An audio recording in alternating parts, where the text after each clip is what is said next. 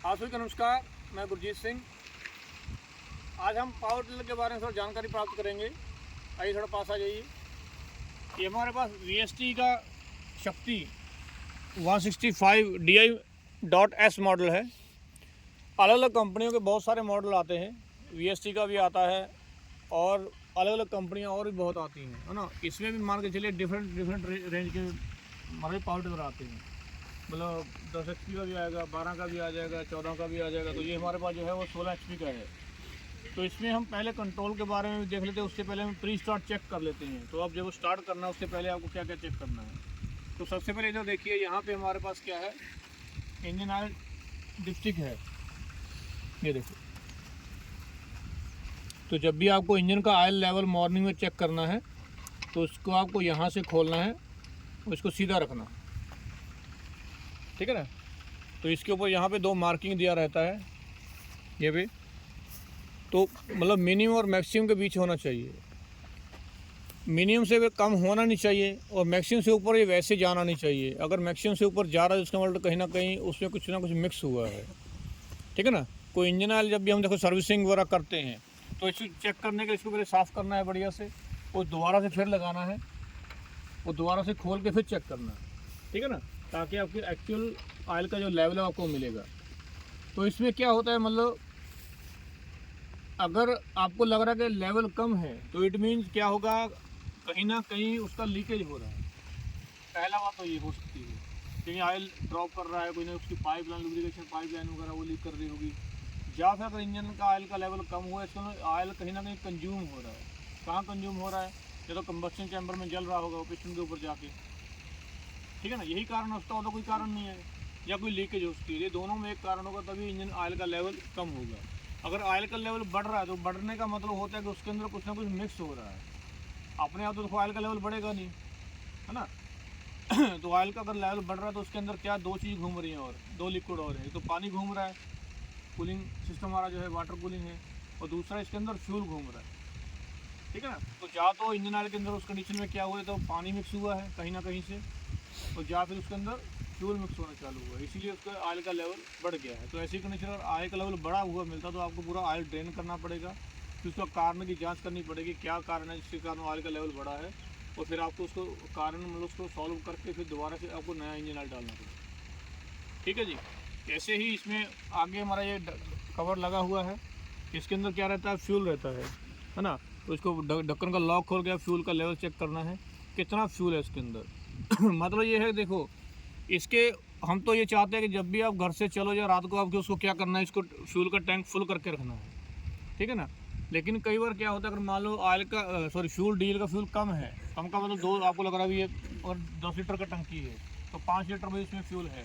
तो आपको ये पता होना चाहिए कि आज मेरे को कितना काम करना है, और इसका फ्यूल कंजम्पशन क्या है, ये घंटे में कितना फ्यूल ये कंज्यूम कर देता है, ठीक है ना।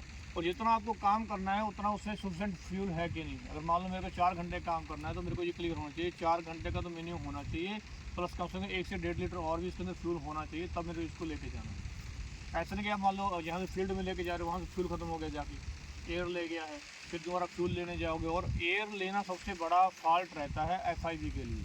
हमारा जो फ्यूल इंजेक्शन पंप रहता है या इंजेक्टर रहती है उसके अंदर मान लो अगर एयर आ गया तो उसमें क्या है, एयर में डस्ट पार्टिकल रहते हैं। ऐसे में सबसे बड़ा जो नुकसान होता है वो FIV का होता है। तो इसके लिए कभी भी ध्यान रखो, किसी भी गाड़ी के अंदर फ्यूल को ख़त्म नहीं होने देना चाहिए। अगर आपको लग रहा है कि फ्यूल कम है तो उससे पहले उसको बंद करना है, चालू नहीं करना, ठीक है ना। पहले फ्यूल और डालिए फिर है आगे करिए। इसके बाद हमारा यहाँ पे आ जाता है रेडिएटर प्रेशराइड कैप। तो इसको आपको खोल के चेक करना है, इसके अंदर पानी का लेवल कितना है, ठीक है ना। तो पानी प्रॉपर पूरा होना चाहिए नेक तक, अगर कम है तो आप उसको पानी एक्स्ट्रा और डाल लीजिए, ठीक है ना। जितना इसमें पानी का लेवल कम रहेगा उतना ही क्या रहेगा, इंजन ओवरहीट होना स्टार्ट हो जाएगा। पानी कम रहेगा तो कूलिंग कम होगी, कूलिंग कम होगी तो क्या होगा, इंजन ओवरहीट होकर चलेगा। तो ऐसा नहीं होना चाहिए, ठीक है ना। ऑयल का पानी का लेवल प्रॉपर मॉर्निंग में डेली आपको चेक करना ही करना है। उसके बाद यहाँ पे हमारे पास आ गया है ये प्री क्लीनर। ये हमारे पास जो इसमें कंपनी ने दे के रखा है ये है ऑयल बाथ टाइप। इसका ऊपर कवर आ गया, देखिए कवर के आगे ये फिल्टर आ गया, वायर मैश फिल्टर आ गया, और फिल्टर के अंदर देखिए ऑयल है, ठीक है ना। तो इसका जितना ऑयल का लेवल कंपनी ने वहाँ दे के रखा उतना ऑयल का लेवल होना चाहिए, ठीक है ना। इसमें भी कम नहीं होना चाहिए और ज़्यादा भी नहीं होना चाहिए। ऑयल का लेवल देखो, अगर ऑयल का लेवल कम रहेगा तो क्या होगा, एयर जो है प्रॉपर फ्रेश नहीं होगी, क्लीन नहीं हो पाएगी, ठीक है। लेकिन अगर ऑयल का लेवल ज़्यादा हो गया तो क्या होगा, फिर उसमें क्या होगा, ऑयल इंजन अंदर खींचना स्टार्ट कर देगा आगे। अगर ऑयल का लेवल लिमिट से ज़्यादा हो गया, जब इंजन स्टार्ट करेंगे तो पिस्टन हमारा सक्शन एयर को सक करेगा, तो उसके साथ यहाँ से ऑयल उठा के अंदर खींचना स्टार्ट कर देगा इनलेट मैनिफोल्ड में। लेवल कम होगा तो बिना टच हुए एयर, बिना फिल्टर हुए एयर अंदर जाना स्टार्ट होगी, मतलब उसमें डस्ट पाल, मिट्टी के पार्टिकल जाएंगे। मिट्टी के पार्टिकल पिस्टन और रिंग के बीच में जाएंगे, सिलेंडर लाइनर के बीच में क्या करेंगे, फिर वो सैंड का काम करेंगे, फ्रिक्शन का काम करेंगे। तो ऐसे दोनों कंडीशन में नहीं होना चाहिए। ऑयल का लेवल बिल्कुल कम भी नहीं होना चाहिए और लिमिट से ज़्यादा भी नहीं होना चाहिए। जितना कंपनी रिकमेंड करती है उतना ऑयल का लेवल आपको रखना है, तो ताकि एयर के अंदर प्रॉपर हमारा जो काम करता रहे, ठीक है ना।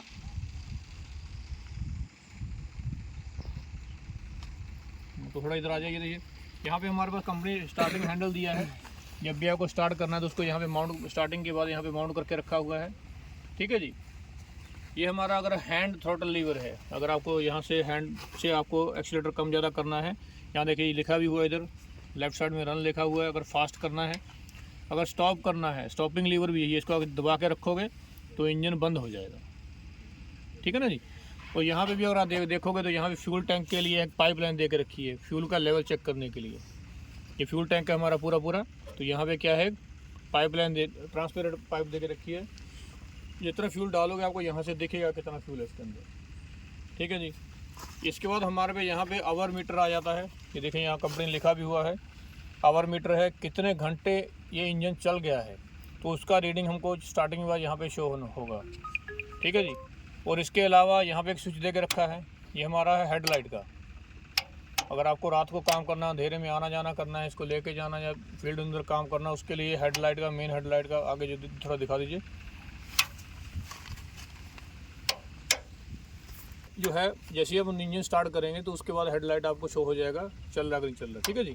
तो इसको अगर बंद करना है तो सेंटर में रखना है, दोनों साइड में ये वर्किंग कर रहा है इसे, देखिए, ठीक है। इसके अलावा यहाँ पे जितने जॉइंट वगैरह हैं ये आपको प्रॉपर टाइट रखने हैं, हमेशा आपको ध्यान रखना है। ये यहाँ से एयर का लीकेज नहीं होनी चाहिए। अगर यहाँ से मान लो ये हॉज पाइप है, देखो ये हॉज पाइप लगा हुआ, अगर ये लीक कर जाएगा इसका मतलब क्या होगा, एयर यहाँ से नहीं जाएगी, वहीं से एयर सक करना स्टार्ट कर देगा, धूल मिट्टी भरी पूरी एयर वहीं पे जाना चालू हो जाएगी। इसके बाद आगे आ जाइए यहाँ पे देखिए, यहाँ पे हमारा लगा हुआ है डीकम्प्रेशन लीवर, ये देखिए। तो जब भी आपको ये चालू करना है तो इसको ऊपर उठा के रखना है ऐसे, तो इसे क्रैंकिंग करेंगे, हैंडल लगाएंगे, हैंडल घुमाएंगे, तो जैसे हमारा फास्ट आप हैंडल को घुमाओगे एकदम से छोड़ दिया जाएगा तो इंजन स्टार्ट हो जाएगा, ठीक है ना। उस कंडीशन में इसको स्टार्टिंग के लिए है। आगे मेन कंट्रोल देख लेते हैं। यहाँ पे अभी उसके साथ जो अटैचमेंट लगा हुआ है वो देखिए, एक रोटरी है, पीछे थोड़ा दिखा दीजिए,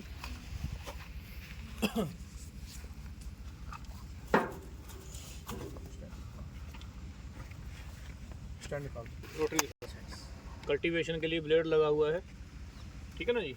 तो मतलब अभी हम फील्ड में थोड़ा चला के हटे, इसे घास वगैरह फंसा हुआ है, जब भी इसको आप बंद करते हैं तो पूरा इसका क्लीनिंग वगैरह आपको करना है। और आगे जांच भी करना है कि कोई बोल्ट वगैरह का नट बोल्ट यहाँ पे जो लगे हुए हैं कोई लूज़ नहीं होना चाहिए, या कोई ब्लेड डैमेज तो नहीं हुआ। कई बार हम क्या करते हैं कि स्टोनी एरिया में चलाते हैं, पत्थर से टकरा के ब्लेड क्रैक हो जाते हैं, टूट जाते हैं, तो उस कंडीशन में आपको इसको चेंज करते रहना, ठीक है जी।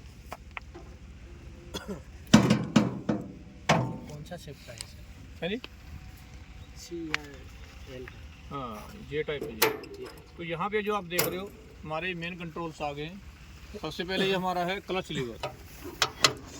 अगर आप यहाँ रखोगे तो हमारा क्लच अंगेज हो जाएगा, मतलब वर्किंग कंडीशन में अगर आपको उसको आगे फॉरवर्ड रिवर्स करना है तो क्लच को यहाँ रखा जाएगा। अगर आपको गियर लगाना है तो उसकी कंडीशन में इसको पहले यहाँ लेके आएंगे फर्स्ट पोजीशन पे। तो यहाँ पे देखिए मेन गियर शिफ्टिंग लीवर दिया हुआ है, यहाँ पे फर्स्ट गियर लगेगा, इधर रिवर्स लगेगा, सेकंड और थर्ड गियर लगेगा, ठीक है ना। तो यहाँ पे जो आपको गियर लगाने हैं फर्स्ट सेकंड थर्ड वो आप लगा सकते हो। उसके बाद गियर लगाने के बाद आपको क्या करना है, इस लीवर को थोड़ा सा इसको छोड़ना है। जैसे मान लो सेकंड गियर मैंने लगा लिया, अभी उसको ऐसे छोड़ना है तो ये आगे चल पड़ेगा, ठीक है। और इसमें ब्रेक सिस्टम भी दे के रखा है।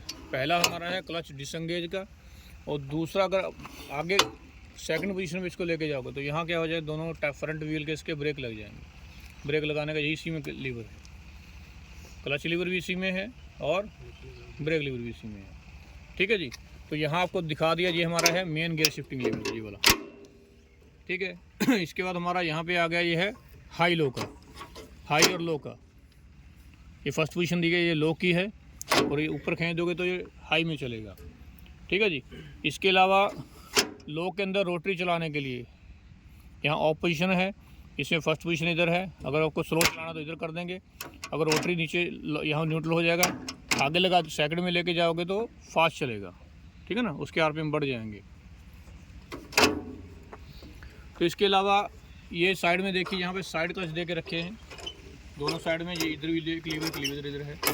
जब भी आप इसको चलाओगे तो चलाने की कंडीशन में आपको ऐसे बैठना है। अगर आप चाहते इसको कुछ सीधा लेके जा रहा है तो दोनों पैर को दबा के रखना, मतलब रियर व्हील जो बिल्कुल सीधा रहना चाहिए।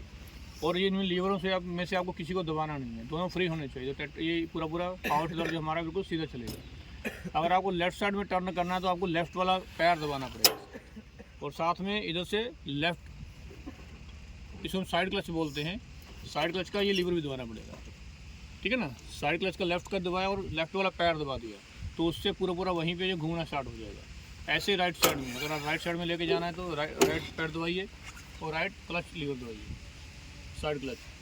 ठीक है ना, तो उस साइड में टर्न होना शुरू हो जाएगा। और यहाँ पे एक्सीलेटर लीवर दिया हुआ है, हैंड एक्सीलेटर।